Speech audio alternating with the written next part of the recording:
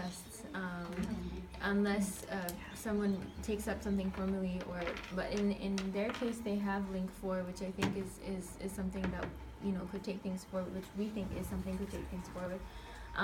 And so this yellow square is like your Julian. Like what Julian does for Laika Academy, like a dedicated resource who becomes like almost like a project manager, so that this also stays active, and also they have. So the basic problem that we were looking at is how do these people stay engaged. So that means you need volunteers who are coming in, you need spaces to work in, you need the money for the projects, also what projects you're doing, so finding that community, identifying that, and then staying engaged. So that's why we think we were focusing a lot on this guy. Like unless you have a resource that feels like their time and they're getting paid for this kind of becomes a scattered group, because that's the case in Pakistan. Like nobody will leave their full-time job and just manage the chapter. And first we thought maybe money was the biggest problem, so we kind of really identified stakeholders who could have that as like revenue streams that we could identify. So one is grant partners, like finding grant partners. Sasha right now is working with the UNICEF Innovation Fund, so we put that down as potential. You find a project, this is a potential way to get money. IDEN also gives you mentors and grant information.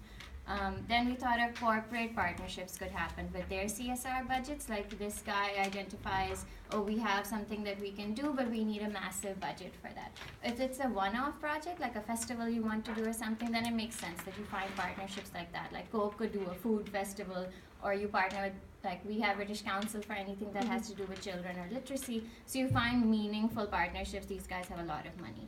And they'll do the PR for you. What do we have here? Yeah, this is Julian. Then we have other schools and universities. So another revenue stream would be paid trainings and workshops. So these could also get you future members, but also word of mouth. Like you should have a strong base in the universities and schools in the area, so they're doing that. If you don't do this, you could do a pop-up school instead. So that you don't need a venue per se. You could even go to a park. But in Pakistan, we have something called School of Skills, which was started by one guy. He just does it over the weekend, 2-hour session on one's graphic design, one's toys, one's so-and-so. And, you're tutoring kids. These could be kids from private schools, so they could pay for that. So that's another way to make money and engage these guys. Like maybe this person does one training one weekend, this guy does another training. Sasha, you want to talk about so this? has anyone heard about Stanford's Extreme course? Extreme affordability. Yeah. So that's similar to what I think IDEN had people do after IDDS, or after multiple IDDSs, where you work as a partner organization with students that sign up for this course. And I think that that's a smart way of just generating revenue from the course. Like maybe you can come up with a way to get some of that money, and then also get work done at the same time, but make it specific to Guatemala and Guatemalan students. Also, another idea was what Amna does at the Poverty Innovation Lab. That's a course that's taught at university, but it's mandatory for their students to take it. So these guys could, through them, teach a course at the university and get paid for it, and engage the students, produce projects. Those students could later become part of this.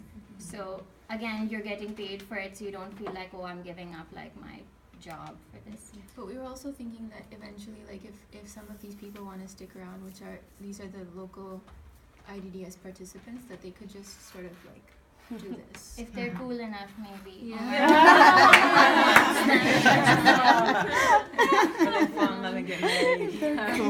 They're like you guys. Another thing we were thinking of was if you started a shop with the chapter, like maybe also as like instead of always finding projects to do, you start producing products with the community and then take a percentage off that, so you feel like you're getting financially rewarded, and also you're continuously doing things. And like yesterday's restaurant, like you had food that you were getting, so it's not just projects, maybe it's also just getting together, making something and making like money and engaging the community you're working with. What are these?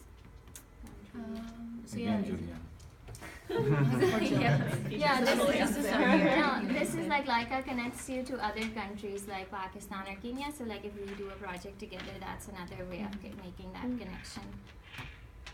That could This is a summary of what you This said. is this is this place. You were like they could have a model like Oh, like where we're series? sitting. Yeah. Yeah. Mm. So that, but then also trainings, which I think Link 4 already does. Mm. Yeah, so trainings and also venue, which would link to the university because the university is willing to give you space. Mhm. Okay, that's it. Great. Good job, guys.